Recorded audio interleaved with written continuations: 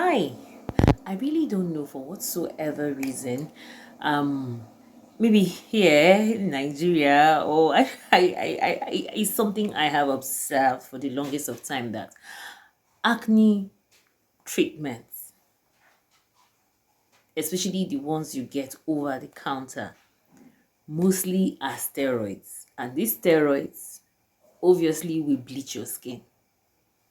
Because most of the time I see people that claim, not claim, actually that's what they want to do, clear their acne, and then they end up with products that is going to bleach their skin and not necessarily take away the acne.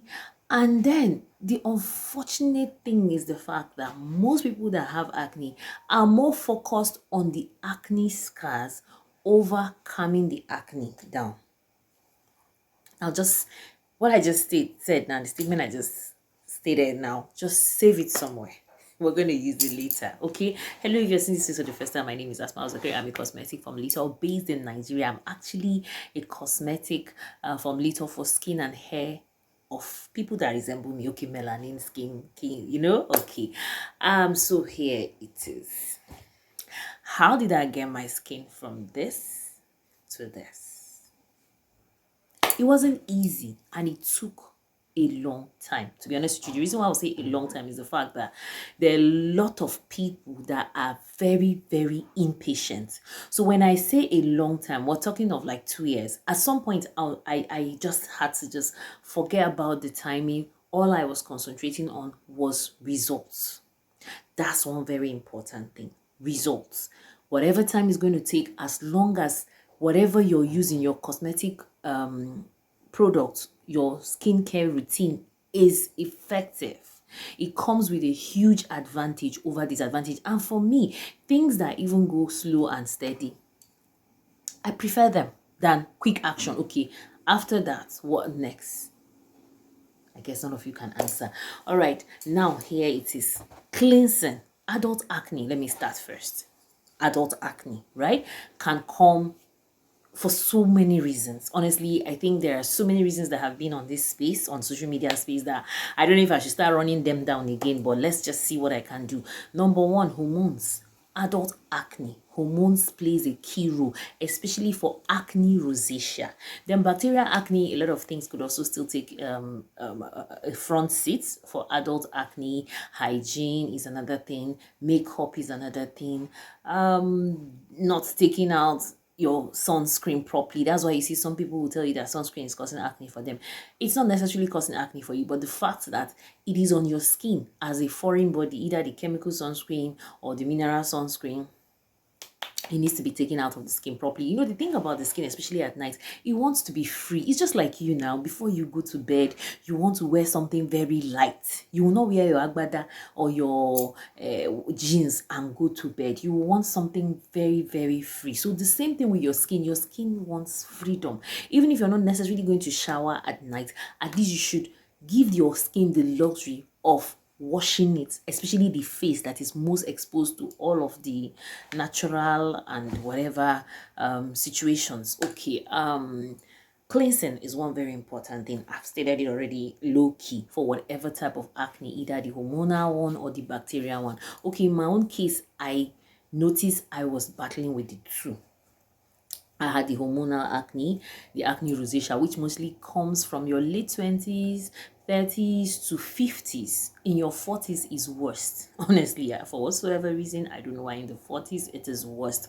And it can happen to both male and female, although it happens more to females because we do have most of the hormones that are going upstairs and downstairs, sideways and in the corner way, all whatever ways, And so, hygiene is very, very important. What do I mean by hygiene? Whoever tells you to skip double cleansing might not be doing it right. This is what I mean by might not be doing it right. There are different types of double cleansing products. There's the oil ones, there are the cream ones, there's micellar water. Do you understand? Now, the aspect of the oil one, it depends on your type of skin and it depends on the type of oils in that formula. If you have carcinogenic oils, what do I mean by carcinogenic oils? That is heavy oils in the formula of your oil cleansing. It's obviously going to backfire when you have an oily skin or combinations. When battling acne of whatever kind, our skin tends to be very oily, and I still don't get it till today. I really don't know where that production of oil comes from. Even for those that have dry skin, I've noticed it. When you're battling active acne, there's something about your sebum that comes out more. To be honest with you, I have not known that reason for that. And my choices of double cleansing, at the time I was having active acne, I avoided oily products for double cleansing.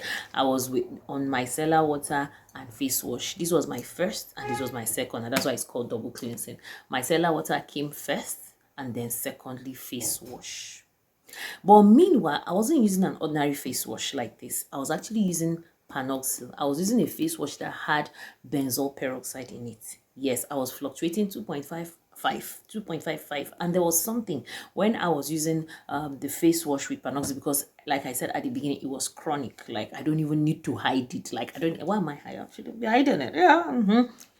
My acne was serious. It started getting me into an emotional state of mind that I wasn't happy. Like, I was losing self-confidence. It was that bad that I needed to do everything wearing makeup. Now, if you look at most of my videos, I don't even wear makeup like that. Yes, but at that time that I had a terrible skin, God have mercy, I can't even peep outside my door without wearing makeup. Like, the low self-esteem was for real. I'm telling you, that's what acne can actually do to you, especially when it's acute in that manner. So when I was using Panoxyl, that is benzoyl peroxide product, I wasn't using anything. Like, what do I mean by I wasn't using anything? I was just doing my double cleansing, and then I would just moisturize.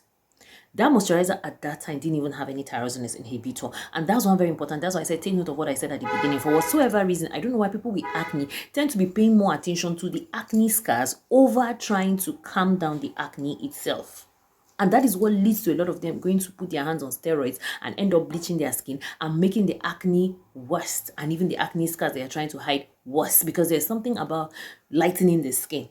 Whatever mark is on your skin, especially when it's a pigmentation, it shows more. I don't know if anybody relates with what I'm trying to say to you here. So at that time, I wasn't bothered about whether my skin was getting dark or getting... At that moment, my main focus was to tackle the acne at that time.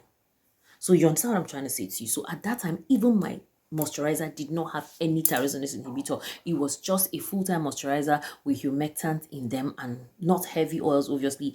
Like I said, I don't know, for whatsoever reason, when you're battling acne, your skin tends to be oily. So therefore, you have to avoid heavy oils. Any oil that is going to be overwhelming on your skin, like any formula, you have to be careful. That's just it. Any formula that's going to be overwhelming on your skin, stay away. I see some moisturizers that have more than 10 types of oils, and that is what people think is the best. Like, know your skin type first before you jump into moisturizers that have apricot oil, have coconut oil, have avocado oil, have grapeseed oil. See, too much of everything is not always the best. More is not always more all the time, especially when you're having acne.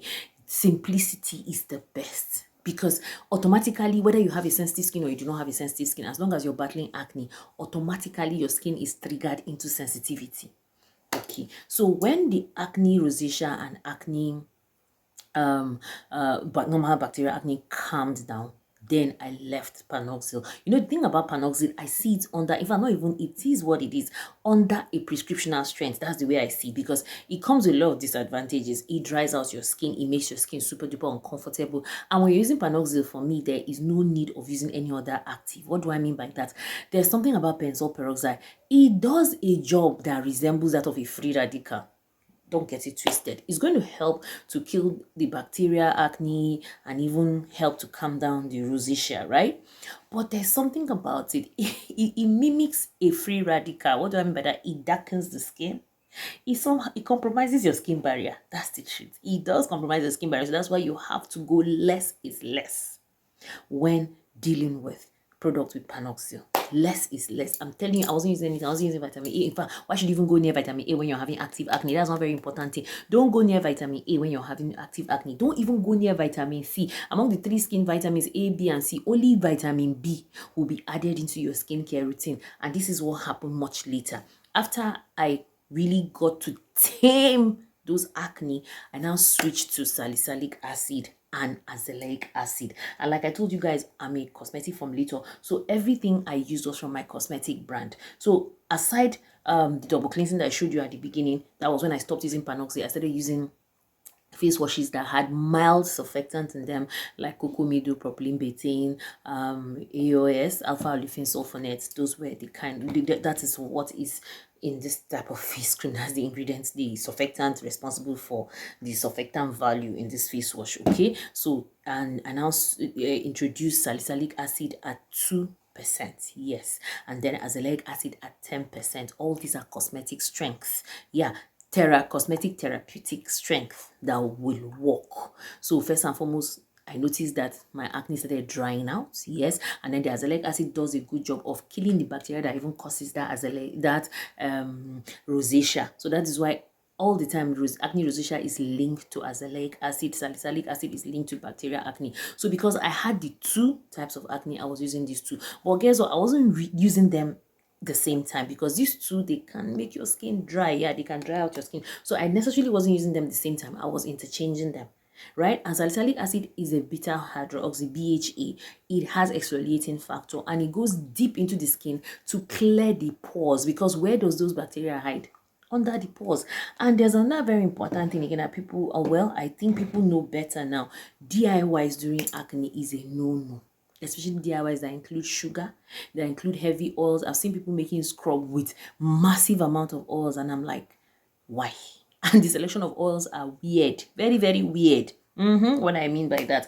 So I now introduced vitamin B3 in my skincare routine, also known as niacinamide. Like I told you guys, a lot of things will happen to your skin when you use benzoyl peroxide. Your skin barrier is going to be compromised. That's the truth. And then when you start using salicylic acid, azelaic acid, although, okay, unlike salicylic acid anyway, azelaic acid is much more milder, but salicylic acid dries out the skin. And like I told you, for whatever reason, there's going to be a conflict of interest whereby the salicylic acid will be taking away the oils that your skin is producing. It dries out the skin. That's one of the characteristics of salicylic acid. So it can be conflicting on the skin barrier. So hence the use of niacinamide is very, very important. I actually started niacinamide at 2%. Yes, I started niacinamide as low as that, as 2%. Initially, I started it in a toner before eventually I transitioned to using 5% in a serum, and then currently I use 10%. Now there was something I noticed when I used niacinamide vitamin B3 in a moisturizer. Honestly, it irritated my skin barrier, and here's the reason why some people will tell you their skin does not like vitamin B. It depends on the medium, and it also depends on the percentage you're starting with. Just like vitamin A, that you're always cautioned to start small. The same thing to other vitamins, vitamin B. In fact, any active in general, that's the truth. Even as little as, let's say, lactic acid, because like lactic acid is one of the mildest AHA. Okay, no, mandelic acid is milder than lactic acid anyway. And now, there's introduction to PHA, polyhydroxy. Those ones are even much more milder than AHAs, right? But whatever you're introducing, BHA, AHA, PHAs, whatever, azelaic acid, whatever active you're introducing onto your skin, start small. And that's why you see me, I'm all for single ingredients kind of products. You get what I'm trying to, especially for beginners. Maybe when you now become a pro, your skin has become an OG, has gotten accustomed to most of the product, then you can go a little bit more advanced. But start small, starting small with the therapeutic index rates. Do you get? Not something below that. I don't know if I'm trying to say to you, because maybe that will be a video for another day. Then hydration was another very important thing. Like I told you guys, when you start using azelaic acid, salicylic acid on your skin, it has this drying property, right? And in as much as, yes, adding vitamin B3 is going to help strengthen the skin barrier, also helps with oil regulation. When your oil is low, it's going to help you top it. When it's top, it helps you reduce it. That's the thing I love about niacinamide. It's an awesome ingredient that can go back and forth like that. Now, hydration is another very important thing. You need to make your skin barrier very comfortable. And let me tell you something, if your skin barrier is not at its best, if it's not comfortable, nothing is going to work. You're just going to be laying products and be getting uncomfortable. Like, you see, some people will tell you, hey, I had this tingly sensation. Some will still tell you that that tingly sensation is a good thing. Now, it could be both ways. It could be a good thing, it could be a bad thing. That tingly sensation can come as a result of an impaired skin barrier. But that tingly sensation again can come as a result of using some products that have that characteristics. Example, azelaic acid. When you start azelaic acid as an as a beginner, even till now, I notice when I use azelaic acid and the weather is hot, I notice it gives me this tingly sensation. Yes, it does. Then another product that equally gives me tingly sensation again is vitamin C.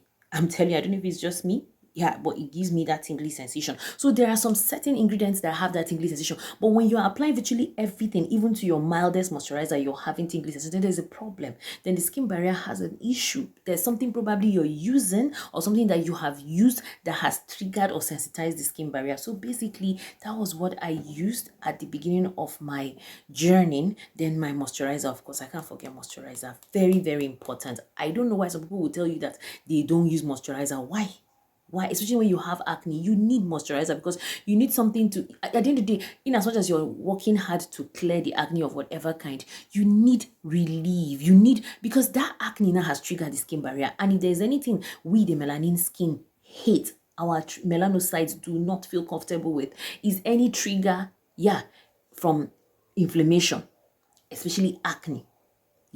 Then one very important thing again was my sun protection factor. How can you deal with a very sensitive skin barrier without protecting it from the sun? If you are privileged enough to stay away from the sun, good for you. But if you're not privileged enough to stay away from the sun, then you have to invest in sunscreen. Not just any type of sunscreen, good sunscreen. And for me personally, in as much as there's always back and forth on this space, I will still stand by what I believe. I am confident like that in my tinted sunscreen, in my mineral sunscreen. I work with sunscreen, sun protection value 30. I don't do chemical sunscreen. Don't do chemical sunscreen when you have a triggered skin barrier or when you have an active acne. I'm just telling you for free. Like I told you, is my thing and it has worked for me, and it is what it is. People that use chemical sunscreen, they tell you a lot of stories. They'll say when you get into their eye, it's not funny and all of that. So, and the thing is that it depends on where you're living for you to embrace sun protection factor, that chemical sun protection factor. What do I mean by that? Chemical sunscreen does a good job of protecting your skin from UVB. It ignores UVA. And UVA is even more harsh than UVB. So make it make sense. You're allowing your skin to be exposed to a particular ray, like a much more even aggressive rays than, you get what I'm trying to say to you. Some people will complain that the tinted, that's the mineral sunscreen, leaves white cast. Are you for real? Are you really for real? I don't want to go too far because I think I have already spoken so much about mineral sunscreen or chemicals. I think I have a video like that. If I don't, I will look through my video list. If I don't have anything like that, I think I'll come up and talk about it. Look, this is Africa, especially when you're based in Africa. Maybe when you're a melanin skin king or queen that is not based in Africa. You guys, people are jabbering these days, and you know that there's a difference between our weather here and the weather there. We're closer to the equator. Let me stop this video here. Thank you so much and hope to see you in another video soon. Please don't forget to subscribe, like, drop your comments in the comment section. You people should comment now. That is the engagement. All right, thank you and see you later. Bye.